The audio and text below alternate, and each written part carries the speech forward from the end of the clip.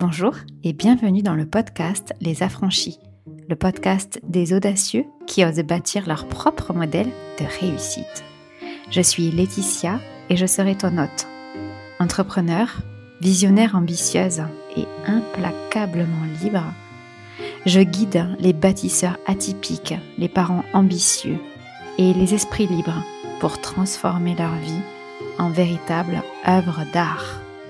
Si tu veux bâtir une vie où beauté, simplicité et ambition se rencontrent pour laisser un héritage puissant pour toi, tes enfants et le collectif, alors tu es au bon endroit. Plonge dans cet épisode une dose d'inspiration, une claque d'audace et peut-être le déclic.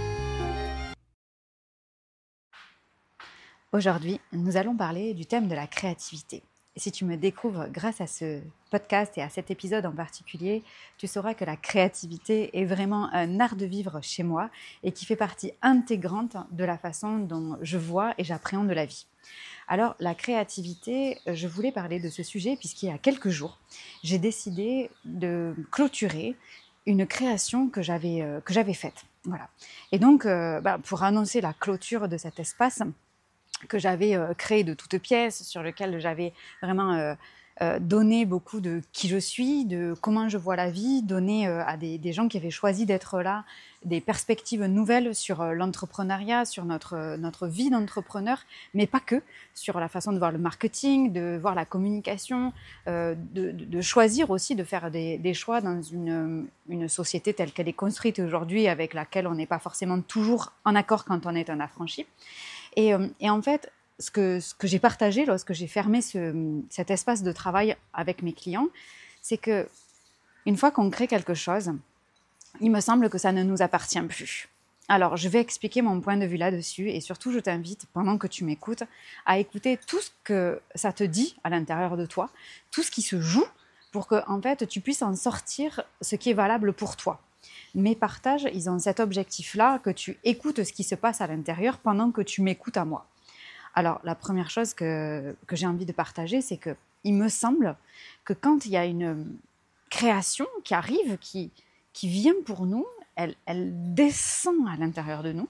Et une fois qu'elle descend à l'intérieur de nous, alors on dit « j'ai une idée dans la tête, j'ai des idées qui me trottent la tête, j'ai trop d'idées dans la tête ».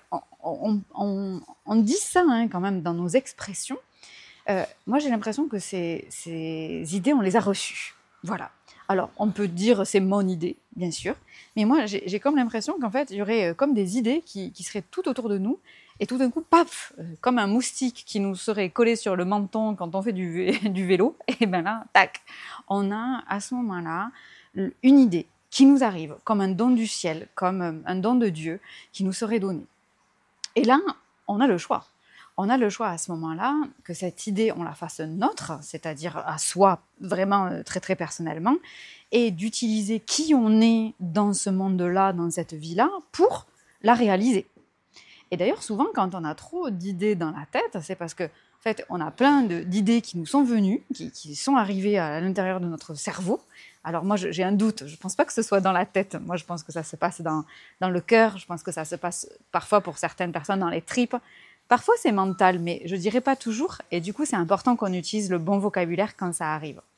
Et donc, une fois qu'on a cette idée, on a le choix d'en faire quelque chose ou pas. Et souvent, si on a beaucoup d'idées dans la tête, c'est parce qu'on a mis du temps à mettre dans la matière ce qui nous est venu. Alors, comment ça se passe ? On a une idée qui vient et puis on se dit « Ouais, non, mais attends, là, j'ai pas le temps, je fais autre chose. » Autre chose qui n'est pas forcément important, mais autre chose qu'à ce moment-là, on définit comme prioritaire, comme plus important. Et donc, qu'est-ce qui se passe ? On fait l'autre chose, qui en général n'a strictement aucune importance, mais on lui donne de l'importance, et on ne fait pas l'idée majeure qu'on avait dans la tête. Résultat des courses, qu'est-ce qui se passe ? Ensuite, on a une autre idée qui arrive. Et parfois, on fait la même chose, jusqu'à ce qu'il y ait un embouteillage d'idées, et là, on ne sait plus par où commencer. On a mis tellement de temps en fait à mettre dans la matière pour des raisons multiples, la peur, la difficulté à trouver du temps, tout ça c'est pas des sujets, c'est des excuses bien sûr, mais des excuses que quand on est dedans, on trouve totalement valables. Et un manque de clarté, un manque de connaissances, un manque de technique, un manque de difficulté à voir le pas suivant, comment je vais m'y prendre, quel est le pas suivant. Et du coup, si on ne connaît pas le premier pas, c'est difficile de faire le deuxième, parce qu'avant le deuxième, il faut faire le premier. Un manque de réseau, qui c'est qui pourrait m'aider à faire ça, avec qui je pourrais le faire quand on aime travailler à plusieurs, etc. Et donc, ce carambolage d'idées, il existe parce qu'en fait, au fur et à mesure, on ne fait pas notre job. Et là, je vais être claire parce que j'ai un avis très tranché là-dessus. Moi, je crois qu'on est là pour ça. Je crois qu'on est là pour réaliser, mettre dans la matière les idées qui nous viennent. Parce que si cette idée, elle m'est venue à moi et qu'elle n'est pas venue à quelqu'un d'autre, c'est réellement parce que c'est mon job de la réaliser. Et c'est quand je vais apprendre à réaliser cette idée que je vais apprendre ce qu'il faut que j'apprenne dans cette vie-là. Donc ça, c'est ma vision. Donc imaginons, j'ai l'idée de faire un livre, un carnet, j'ai l'idée de créer un voyage, j'ai l'idée de repeindre une maison, j'ai l'idée de déménager tel meuble, de repeindre quelque chose, de créer un pull, ça peut prendre n'importe quelle forme dans la matière ou pas au début. Et ensuite, une fois qu'on a eu l'idée, c'est de se dire que dans le processus où on va réaliser concrètement cette idée, on va apprendre tout ce qui nous est nécessaire pour tous nos domaines de vie. Parce que là-dedans, par exemple, quand je vais faire mon livre, je vais apprendre la patience, je vais apprendre la constance, je vais apprendre la consistance, qui sont parfois des choses dont je ne suis pas du tout dotée au départ. Voilà.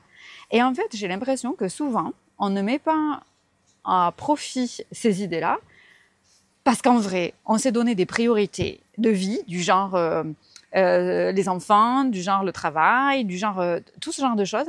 Mais ça ne nous appartient pas en fait. Ça, c'est la société qui a été organisée comme ça. Mais imaginons une société où, en fait, notre job unique serait, quand une idée nous passe par la tête, on la réalise immédiatement. Évidemment, le monde ne serait pas tel qu'il est. Donc, ce que je veux dire quand on est affranchi, c'est qu'on est affranchi des règles telles qu'elles sont données aujourd'hui. On est là pour créer des nouvelles règles, mais on n'est pas là pour les créer avec le combat. On est là pour le créer avec la vie, avec le vivant, avec la vitalité, avec la joie, avec l'enthousiasme. Et ça, tous ces sentiments, ces émotions, ces qualités-là, tu les ressens quand? Tu les ressens ni plus ni moins que quand tu mets en œuvre tes idées. Parce que si ton idée, tu l'as eue et que moi je ne l'ai pas eue, c'est parce que c'est à toi de la réaliser, c'est pas à moi. Et peut-être qu'on a une idée très similaire, mais qu'en fait, on ne va pas du tout la réaliser de la même manière. Et puis en plus, elle est très similaire, elle n'est pas identique. Donc autant d'éléments pour vraiment partager cette première partie sur comment arrivent nos idées. Voilà, nos idées, elles nous arrivent, on les fait nôtres. Et une fois qu'on les fait nôtres, la question c'est quelle priorité je donne à cette idée. Et très souvent, ce que je vois, c'est que la priorité, elle n'est pas du tout donnée à la réalisation des idées. Donc, je te laisse le temps d'encaisser l'information et de voir ce que toi, tu pourrais en faire. Deuxièmement, la deuxième partie de ce partage, c'est qu'est-ce que je me raconte qui fait que ça me bloque cette idée? Qu'est-ce que je me raconte qui fait que je ne réalise pas cette idée? Que j'ai pas le temps, que je travaille de telle heure à telle heure. Alors là, j'ai un truc super simple. Tu prends ton téléphone, tu le laisses dans ton placard chez toi. Tu vas voir que déjà, tu vas obtenir dans la semaine, dans cette semaine-là, tu vas obtenir au moins 7 heures de disponibilité. 7 heures, c'est une journée. Tu prends ton téléphone, tu le ranges, tu jettes ta carte SIM, tu renvoies ta box, tu gagnes une journée par semaine. Donc le temps, on l'a. Ça veut dire que quand on est dans les transports en commun, dans les embouteillages, au lieu d'utiliser le temps pour scroller, si on utilise le temps pour aller chercher le talent chez quelqu'un d'autre, la compétence, et que notre ultra focus, c'est notre idée et sa réalisation, je peux te dire que le temps, tu l'as. C'est comme si tu avais alloué une journée entière, cette semaine, pour réaliser cette priorité. Tu imagines la différence que ça peut faire? Voilà. Donc, soit on se dit, j'arrête avec cette excuse du temps, des priorités, j'ai pas le temps, j'ai les enfants, il y a toujours un truc de toute façon. Soit on se dit, c'est une excuse. J'ai pas du tout envie de jeter mon téléphone, de le mettre dans un placard et de jeter ma carte SIM. Donc, je vais prendre ma plus grande responsabilité. Le temps, je l'ai, mais je choisis de l'affecter à faire des trucs sans intérêt. Pendant que j'ai un carambolage d'idées Et ce carambolage d'idées, qu'est-ce qu'il permet? Il permet qu'après, quand je ne le fasse pas, je me sente illégitime lorsque je vais avoir la prochaine idée. Pourquoi? Parce que j'ai mis tellement de temps à mettre en œuvre les précédentes idées que quand il y a une nouvelle idée qui arrive, je me demande par laquelle commencer et je me dis que de toute façon, les autres idées, je n'ai pas été capable de les mettre en œuvre, la preuve dans ma vie. Donc du coup, celle-là, comment je pourrais en être capable aussi? Et donc, moi, je trouve hyper dangereux de ne pas réaliser ces idées au moment où elles viennent. D'autant plus que quand elles viennent, on les réalise généralement en très peu de temps. Temps, je parle avec une montre. Sachant que le temps est une invention complète. Pourquoi? Parce que souvent, on a l'impression qu'une seconde a duré 10 minutes, que 10 minutes ont duré des heures. Donc, le temps n'existe pas. Et pendant le temps où tu vas réaliser ton idée, ta créativité, tu te donnes de l'amour, tu fais l'amour au monde, quoi. Tu te donnes de l'amour. Il n'y a rien de sexuel dans ce que je dis, mais tu donnes l'amour aux autres, tu donnes l'amour au monde, au collectif. Parce que si toi tu fais ça, en termes énergétiques, en termes de matrice, tu mets au service du collectif un champ de possibles pour que d'autres fassent pareil que toi. Donc la responsabilité est énorme. C'est comme les gens qui disent « Non, mais moi, j'achète rien qui... gna gna gna. » Bon, mais de toute façon, c'est pas si je le fais une fois que... Oui, non, mais vu le nombre de milliards qu'on est, si chacun le fait une fois, la responsabilité est énorme. Parce qu'en fait, on est un. Donc, si moi, j'active ça, je l'active pour tout le monde. Et si j'ai cette idée, j'ai une chance folle parce qu'il y a des gens qui n'ont pas cette idée. Donc, honorons ce qui nous est donné parce qu'on a quand même notre corps physique tel qu'il est aujourd'hui avec ses avantages et ses inconvénients, parce que chacun, on a un souci de santé, on a une difficulté à faire ceci, cela, on a une jambe en moins, un bras en moins, des doigts en moins. Bon, ok. Et donc, cette idée, tu l'as quand même dans la tête. Donc, tu es capable de la réaliser. Et par ce partage-là, je veux vraiment que chacun soit devant sa responsabilité face à notre création. Et ensuite, j'ai une dernière étape à donner. C'est vraiment le sujet là d'aujourd'hui. Le sujet d'aujourd'hui, c'est l'attachement qu'on va avoir à la création. C'est-à-dire qu'on a fait tout ça. Ok, génial, trop bien. On a fait tout ça et on se dit, c'est ma création.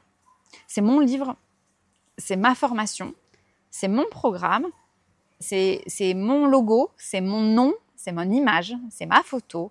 C'est ma peinture, ma sculpture, mon pull, mon tricot, mon idée, mon bijou, ma boucle d'oreille, ma bague. Ok, right.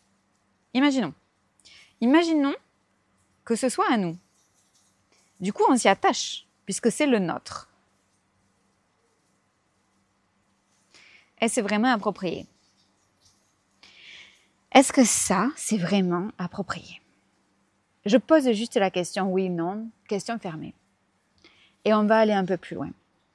On va imaginer que nos idées, elles nous sont arrivées.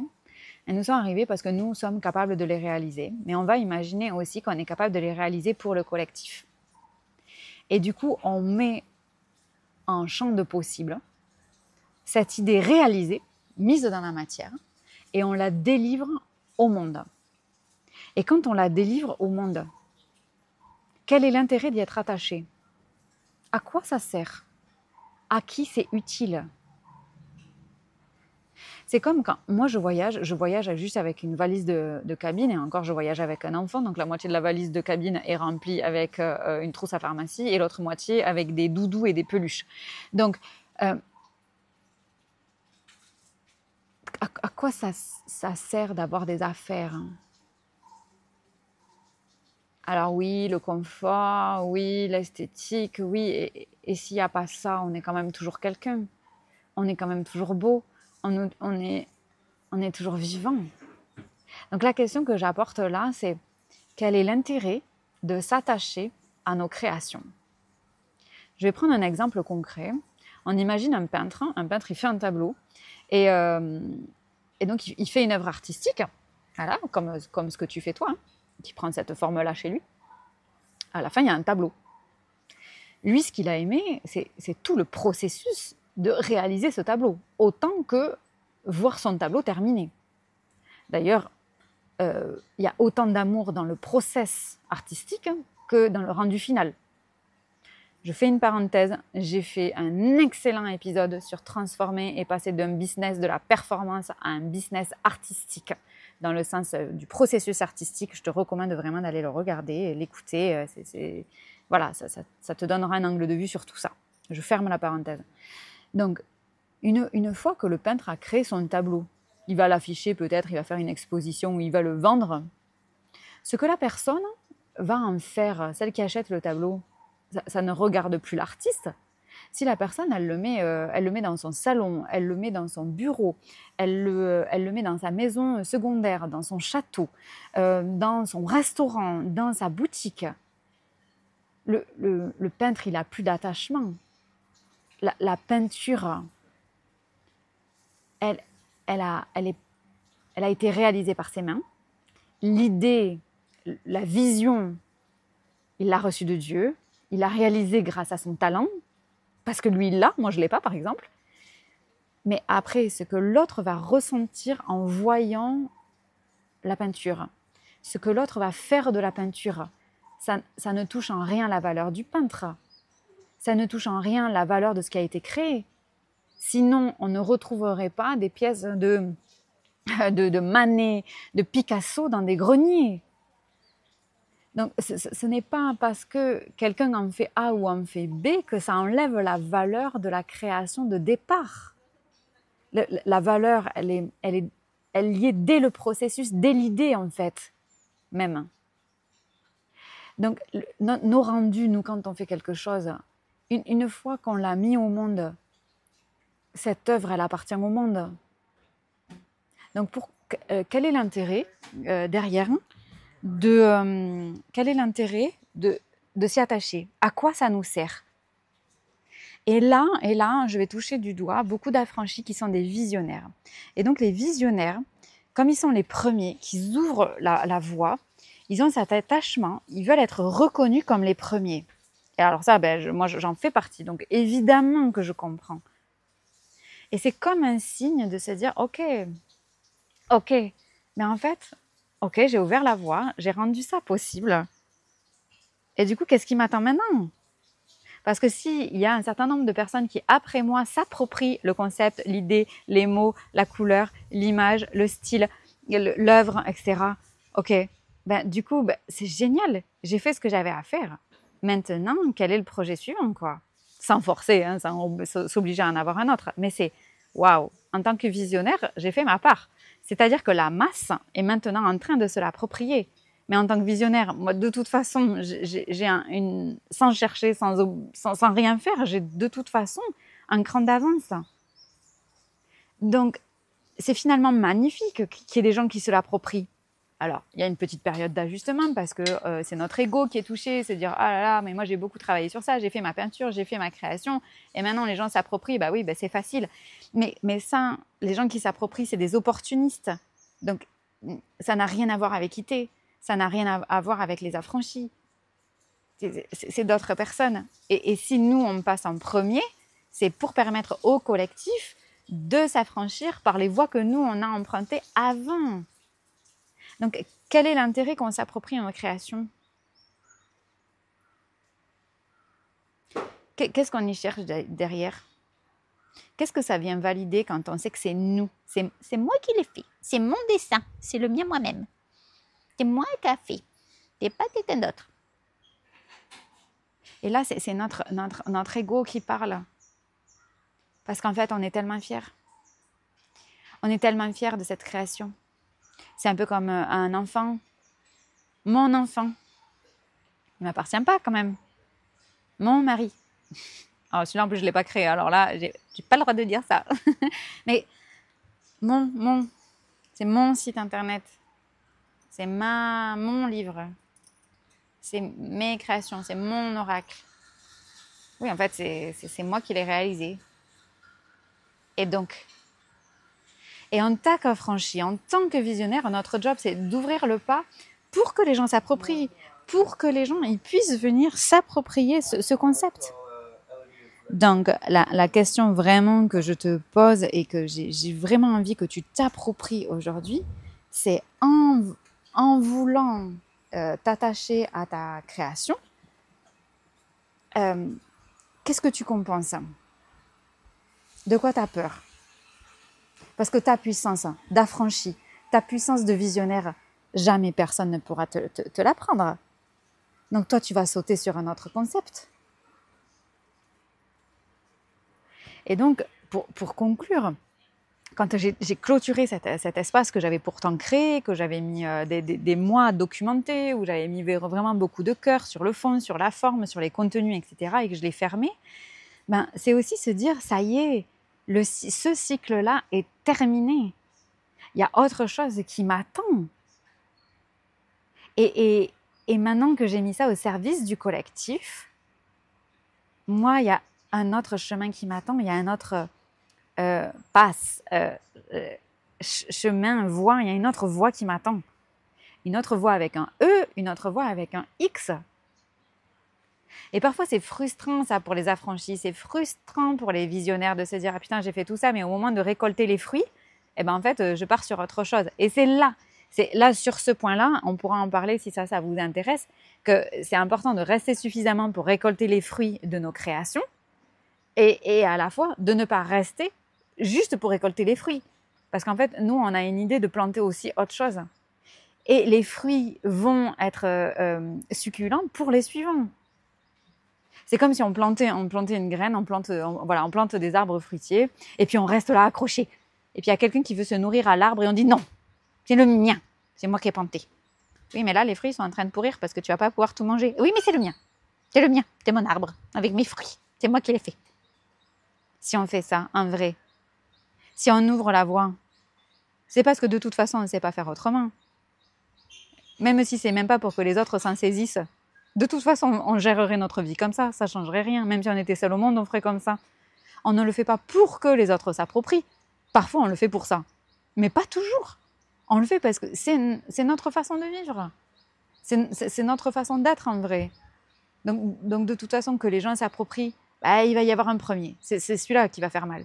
C'est ce premier qui va commencer à s'approprier nos concepts, nos idées, nos couleurs, nos images, notre vocabulaire, notre création, voire même carrément copier-coller des éléments qu'on a pu créer. Mais nous, de toute façon, je vais mal le dire, mais on a un coup d'avance toujours. On n'est pas là pour répondre au marché. On n'est pas là pour ça. Nous, on crée, de toute façon. Alors, l'attachement, il dit quoi de toi? Si tu es attaché à ça, il dit que ça dit quoi de toi? Ça parle de la peur. Ça parle de la peur qu'on vienne de toucher ta propre création. Et ça, c'est vraiment important. Et on fera un sujet sur ça si tu le souhaites. Mais c'est vraiment, vraiment important que dans l'attachement à nos créations, on voit qu'est-ce qui est en train de se jouer. On voit qu'est-ce que ça dit de nous. On comprenne comment ça, on peut s'en servir comme un levier pour aller écouter nos peurs, pour aller écouter ce qui se dit, pour aller apprendre de nous et lâcher. Lâcher, moi je déteste ce truc de lâcher prise parce que j'aime pas, mais plutôt on ouvre la main avec la paume vers le ciel. On laisse aller. On laisse aller. Et du coup, quand tu as du sable dans la main et que tu ouvres la main alors que tu as la paume vers le haut, il y en a un bout qui va filer, mais il y en a toujours un bout qui va te rester dans la main. C'est l'essence. Et l'essence, c'est la création. Et ça, ce sera toujours à toi. Et tu auras toujours été le premier ou la première. Toujours. D'où l'importance, je reboucle par rapport au début, d'où l'importance que quand tu as une idée, tu la fasses. Pourquoi c'est important? Parce que sinon, tu vas passer ton temps à dire « Ah purée, elle ou lui, il a fait cette idée alors que moi, il y a 15 ans, j'y ai pensé. » Ah ouais, mon pote, tu y as pensé, mais tu l'as pas fait. Et du coup, l'idée, elle s'est évaporée, elle s'est remise à disponibilité, là, elle tourne autour du monde comme un satellite invisible qui tourne autour de nous, et puis elle se colle sur le front de quelqu'un d'autre qui va la réaliser. D'où l'intérêt de réaliser nos idées quand elles nous viennent. Mais ça, c'est vraiment capital. Et vraiment, je le dis avec enthousiasme parce que je suis certaine que nos idées sont des éléments invisibles qui naviguent autour de nous. Et quand ça nous vient, c'est parce que cette idée-là qui était là, hein, dans le collectif, elle nous dit « Ok, toi tu es capable de me mettre dans la matière. Toi, tu es capable de me mettre dans la matière. Alors après, si toi tu le fais pas, c'est ton choix, c'est ta responsabilité. Et c'est hyper important quand on est un affranchi, un visionnaire, de mettre dans la matière, dans le flow, quand ça vient. Il n'y a pas d'autre excuse. La réalisation de nos idées, c'est la vie, c'est le vivant. C'est l'art d'honorer le vivant. Donc quand tu vas le mettre dans la matière, tu vas apprendre sur toi, ça va développer ton humanité, ça va développer des capacités à l'intérieur de toi. Et c'est ça qui va te développer en tant qu'humain. Et ensuite, tu iras sur une autre idée.